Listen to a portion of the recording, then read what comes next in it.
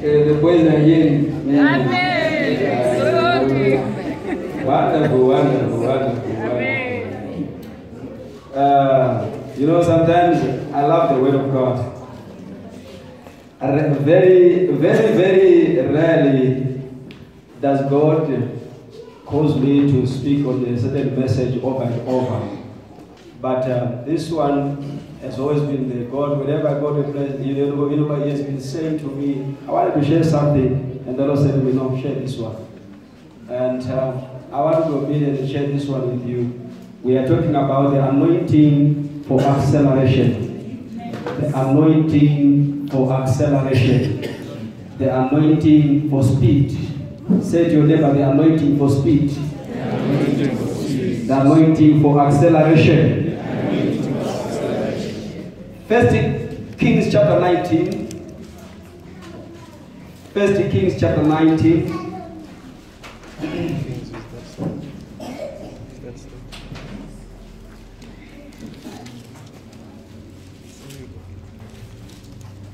Wonderful. Verse 15. God is talking to Elijah. Then the Lord said to him, go, return on your way to the wilderness of Damascus. And when you arrive, anoint Hazael as king over Syria. Say king. Hazael. Verse 16. Also you shall anoint Jehu. Say Jehu. The son of Nimshi is king over Israel. And Elisha, the son of Shaphat of Abel Meholah, you shall anoint as a prophet in your place. Say anointed as a prophet.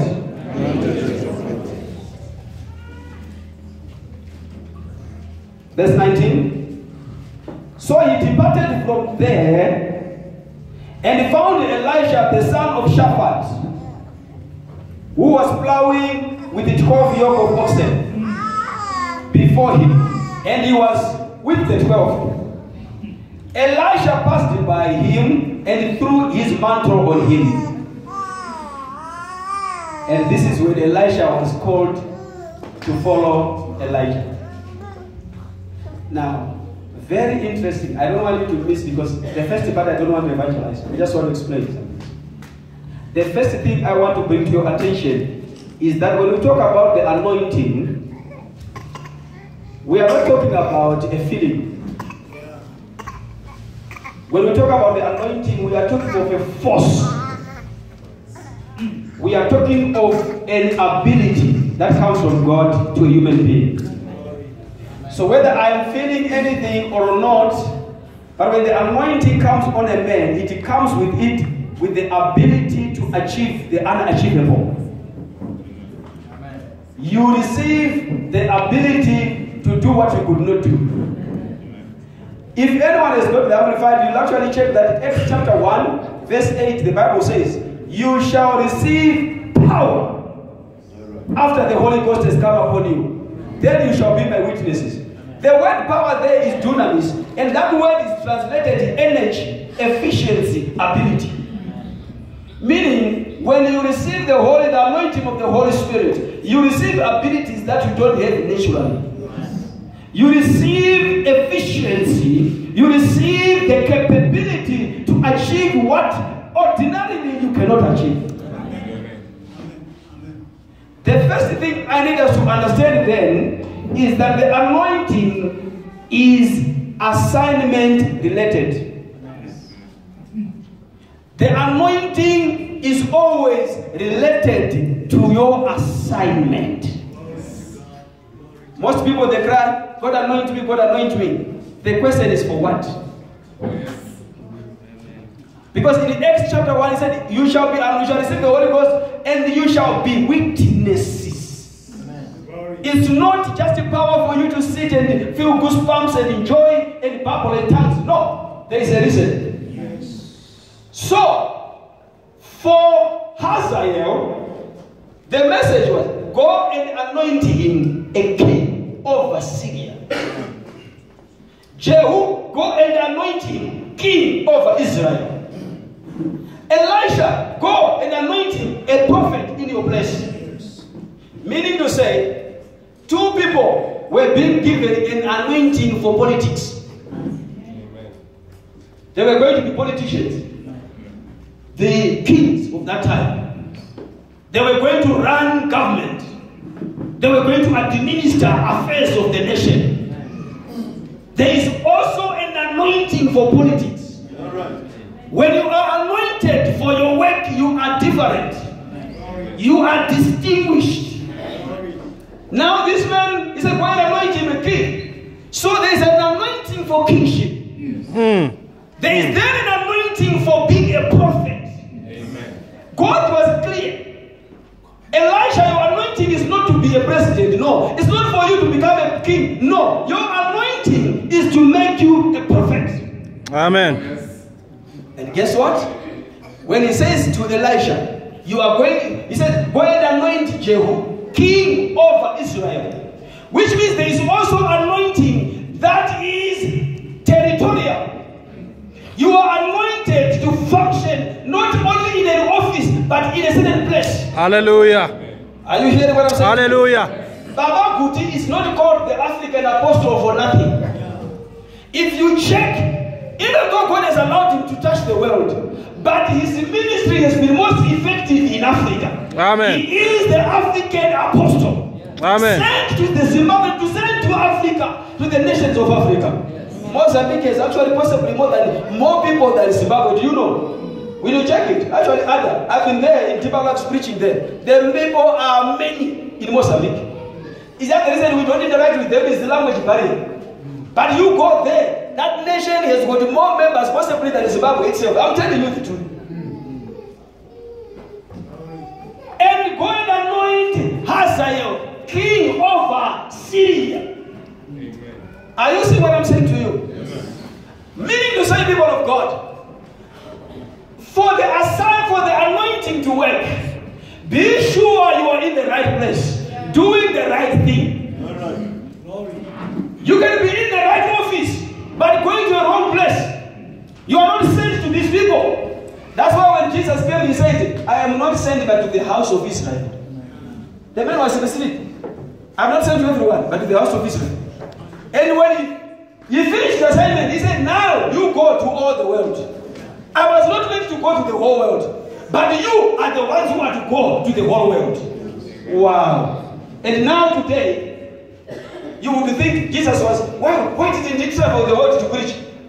If you are not sent to travel the whole world and you travel, you are out of your place. Are you hearing what I'm saying to you? Yes. There is an anointing for being a mother. Motherhood anointing. When even though you are at home, I know of a woman, the mother of John Wesley, Susanna Wesley. She was having, I think, 12 children. But she was praying 2 hours every day on her knees for her children. That's why out of that family, there came the John Wesley and Charles Wesley, who shook the world. The whole Methodist movement is out of a mother who was praying for children. There is an anointing for motherhood. Hallelujah. Are you hearing what I'm telling you today? Amen. Don't be just a mother. It's not about just cook. The child comes out and that's the end of the story. I may not be very able at any employment. Oh, today people are fooled. They speak if a woman is not going to 8 o'clock to 5 p.m. They are not working. My goodness, there are some women who are supposed to be at home, just being a mother, taking care of their children, taking care of the house, and praying them into the kingdom to become men and women of God. Amen. Amen. Jesus. Jesus. Some of you think when you talk about the anointing, it's just for pastors and prophets and all this stuff. No. Exodus chapter 35. Go there. Exodus chapter 35. We are going to read verse 30. These guys were artisans. Artisans. And Moses said to the children of Israel, see, the Lord has called by name Bezalel, the son of Uri, the son of Hur, of the tribe of Judah. He has filled him with the Spirit of God, in wisdom, in understanding, in knowledge, in all manner of workmanship. God was about to build a tabernacle. He did not need Moses to do this one. Moses was a prophet. Moses, you are not an artisan. You are not a workmanship. But I am going to anoint another man. Who is going to do, not to prophesy. This one is anointed to be an artisan, to make articles for the temple, to make shackles. Amen. To design artistic works, to work in gold and in silver and bronze, in cutting jewels, in setting and carving wood. God anointing a person to cut wood. You know, the people of God, let me tell you, if God has called you to make money through Makunya, as I was telling you in the morning, what will separate your Makunya from the other woman's Makunya is the anointing of God in your hands. You eat a muffin from one woman, and you say, hey, I want to go back again. Hey, these muffins are nice. You buy from another one, it looks like you are eating flour. Flour is going there, sugar is going there, salt is going the other direction, and everything is upside down. You can't show whether it's a muffin or it's a... Yeah, it sounds like someone's makunya.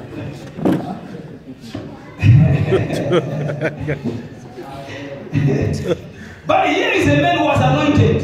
Verse 34. He has put in his hand the ability to teach in him. Aholiab, the son of Ahisamach of the temple, he has filled them with skill to do all manner of work of the engraver, the designer, the tapestry maker, in blue, in purple, in scarlet. Filled them with ability, filled them with skill. May you be anointed for what you do. Amen. Are you hearing what I'm saying? Amen. You need the anointing for any work.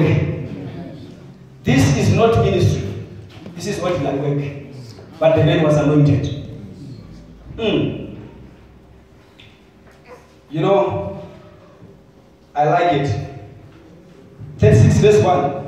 And every gifted artisan in whom the Lord has put wisdom. Go. So they were not operating with ordinary wisdom. They had anointing. Do you know that Joseph, they had anointing for economics? He became an economics guru by the anointing. He goes to the king and he says, King, your dream is very true. There are going to be 7 years of plenty. And there are going to be 7 years of drought.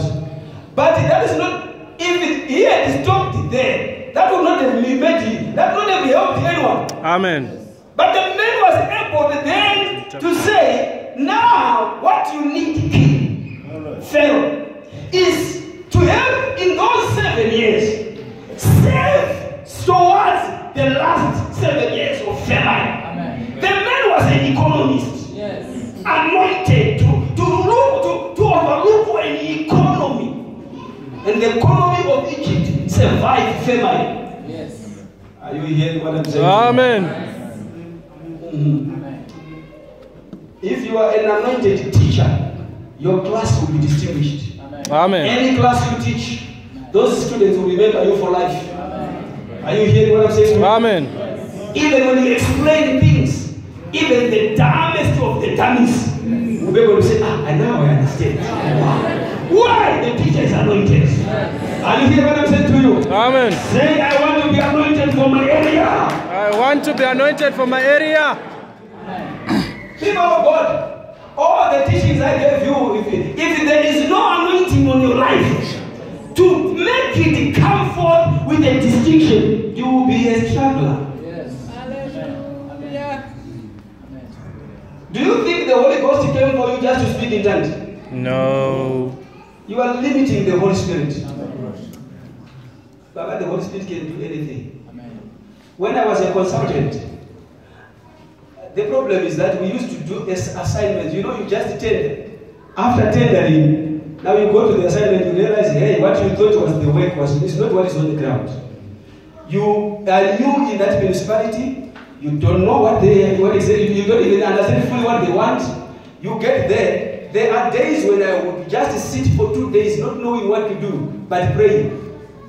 But when I would come out of that prayer, I would attack that assignment at a level that would distinguish us. Yes. If you go right now to Amatole District Municipality, there we gave them what was called a revenue enhancement strategy with the Elder Musa who was here yesterday. The two of us, that was never, you can go on any internet. Most consultants, what they do, they cut and paste what was done by others, then they copy, they paste, they chop and change. Now, that one was a unique document crafted by the wisdom of God, and the municipality was turned around by our work. Yes. I'm telling you, I went there, I went to African to do forensic investigation. You are investigating people who don't want to be investigated, so they don't want to give information. They are hiding everything. Yes. You are there sitting and saying, where do I get the truth? Where do I even start? And I'm sitting there. The Holy Spirit says, go and see this person. I go and see this person and I sit in front of them. I open my mouth and I ask the right question that gives me leads to true information. Amen. You can do exploits by the anointing of the Holy Ghost. Hallelujah. Are you hearing what I'm telling you? Hallelujah. Any area of your life, you can do exploits by the anointing of the Holy Ghost. Ayakopola haseta. Jesus. Deuteronomy chapter 8, verse 18, you remember? You shall remember the Lord your God, for it is He who gives you power to get wealth. So there is such a thing as the anointing to make wealth. There is an anointing that can make you to make money. When everyone else is struggling, you can get the anointing to make money without sweat. You will have brilliant ideas. I'm telling you, brilliant ideas that give you money. For what they say,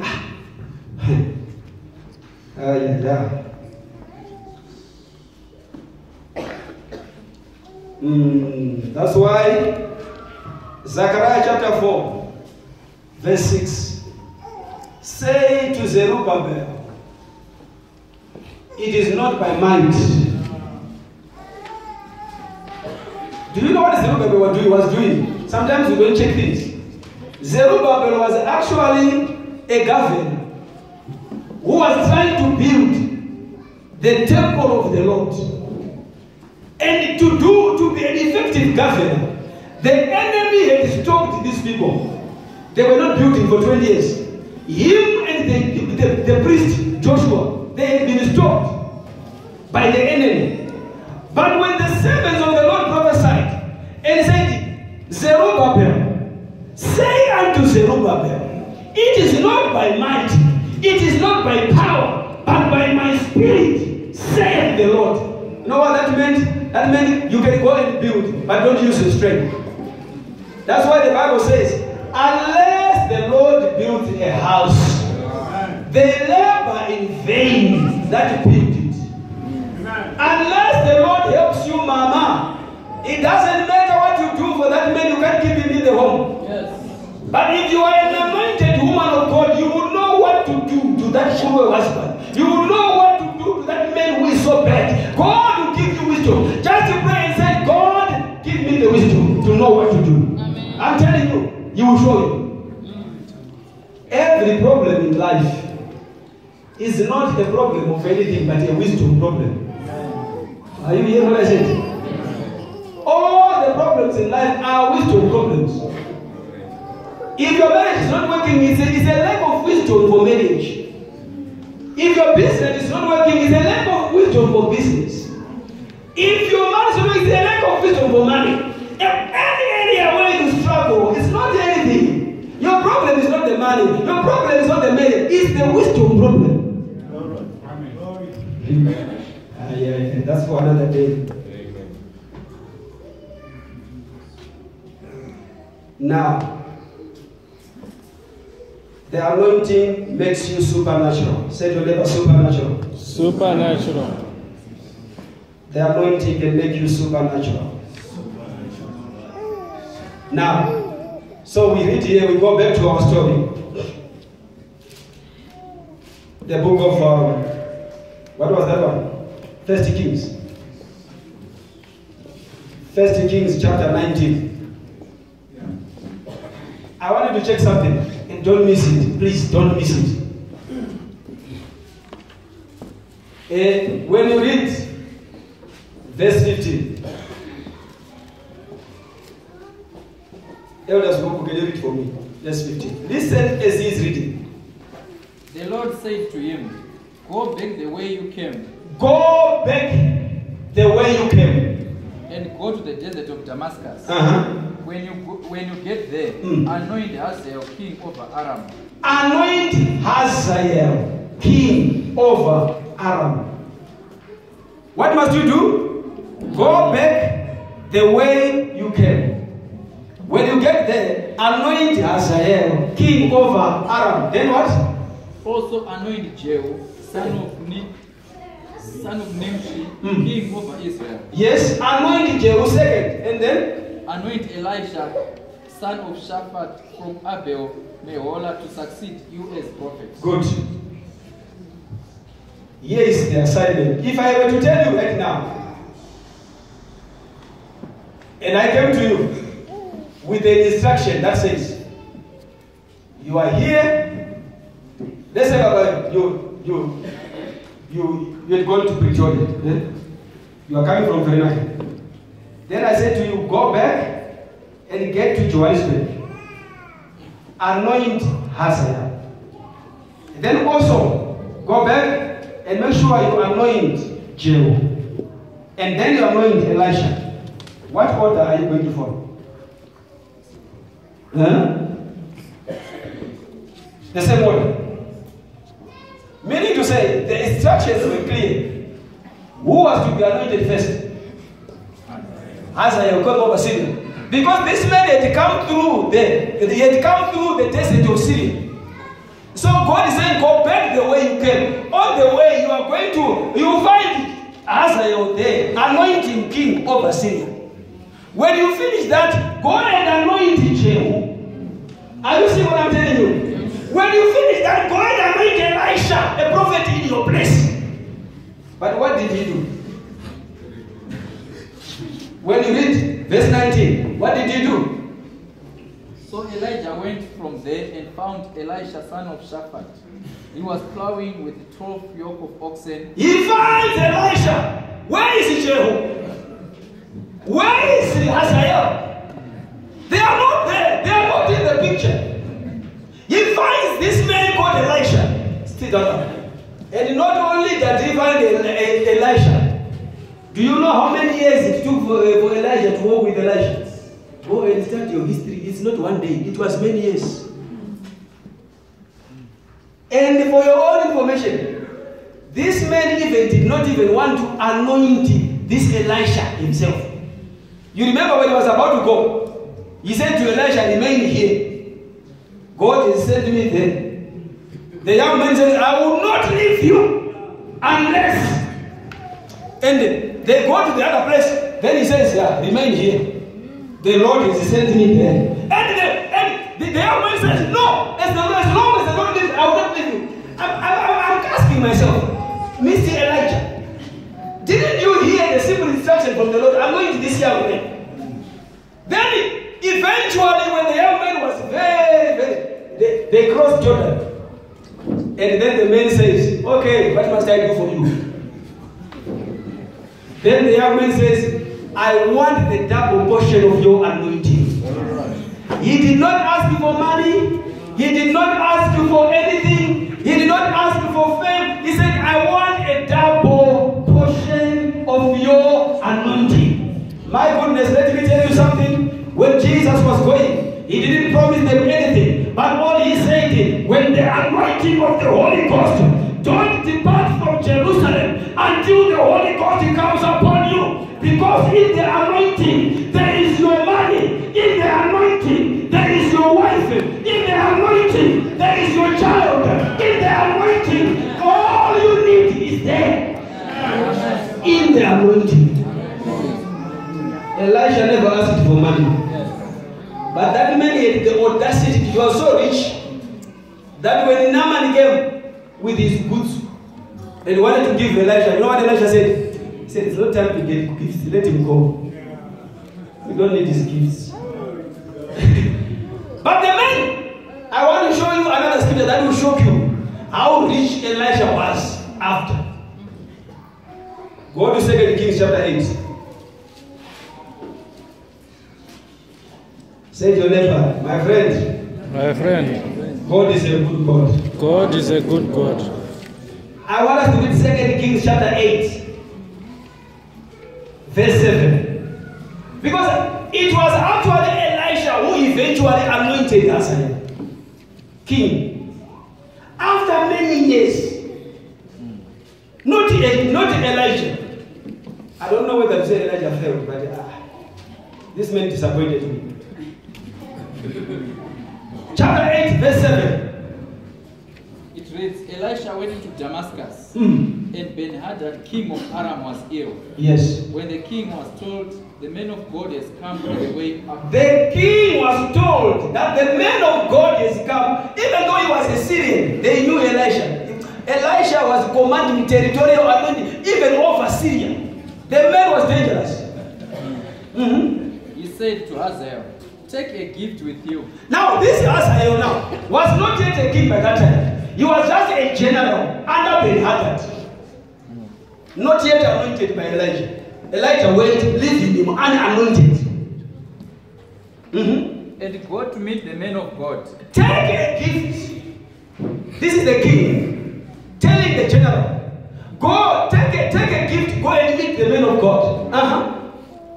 Then consult the Lord through him and ask him, will I recover from this illness? The man was sick, but now go and find out whether I will recover from sickness. Take a gift, isn't it? And then what did he do? Hazael went to meet Elisha, taking with him as a gift 40 camel loads of all the finest wares of Damascus. How many camels?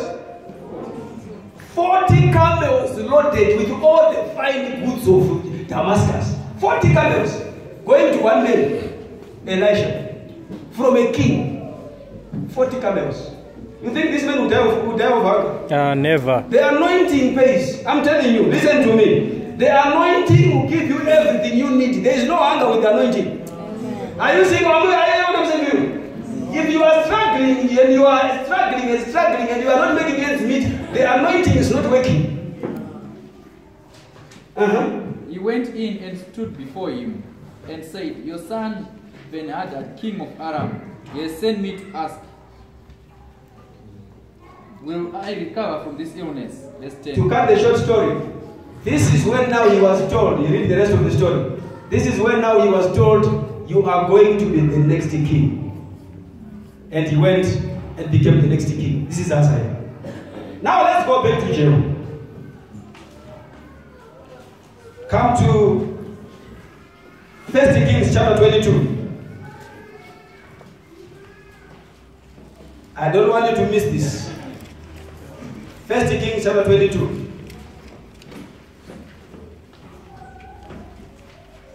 Ahab was a king. When Elijah was told, go and anoint Hazael, go and anoint Jehu, king over Israel. And now, can you read verse 1? 1 Kings 22, verse 1. It reads, for 3 years there was no war between Aram and Israel. But in the 3rd year, Jehoshaphat, king of Judah, went down to see the king of Israel. Verse 3, the king of Israel had said to his officials, how many years passed before there was war? 3 years. Who is king over Israel? But the word has already been released that go and anoint who? Jehu. But 3 years, we still see Ahab is on the throne. Not only that, can you go to verse 45?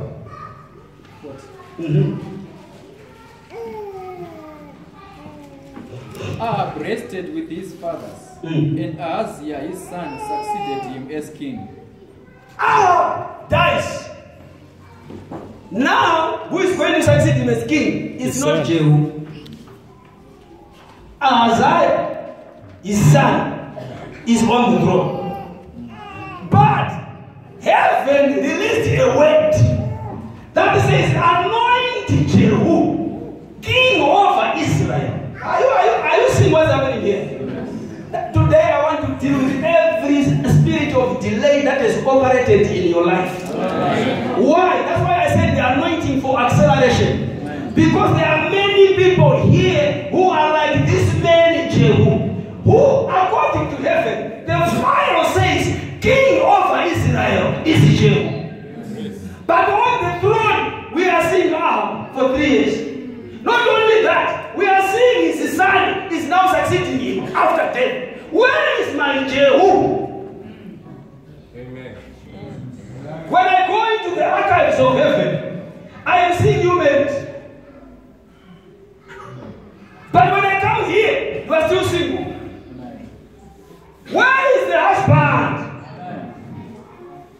When I go in the archives of heaven, heaven has released a file that says a multi-millionaire businessman. Yes. Amen. I am coming here on earth. I am seeing a stranded, struggling employee. Amen. I go into the fire of heaven. It says, totally healed. 5 years ago. Amen. When I'm looking at you, not even 5 years, 2,000 years ago when Christ was paid, when he paid the price, I'm seeing you sick every day. What is the problem? There is a difference, a discrepancy between what is in heaven and what is on earth. Someone is sitting on the throne. Amen. I'm seeing your jobless here. But in heaven, I see your job in a nice office. You are an executive. But when I look at you here, I'm still seeing you struggling. No job. Amen. My goodness, my goodness, my goodness, my goodness. Amen. Not only that, can you read for me verse 51? 51 says, Ahaz, son of Ahab, became king of Israel in Samaria in the 17th year of Jehoshaphat, king of Judah, and he reigned over Israel 2 years. So we know 3 years of Ahab. This one is now having 2 years more. Can you see it? But who is the king according to heaven? Jehu. 5 years are gone. Jehu is not king. Let's go to 2 Kings, chapter 1. Say to your neighbor, Neighbor, if you are not careful, if you are not careful, life can be cruel. life can be cruel.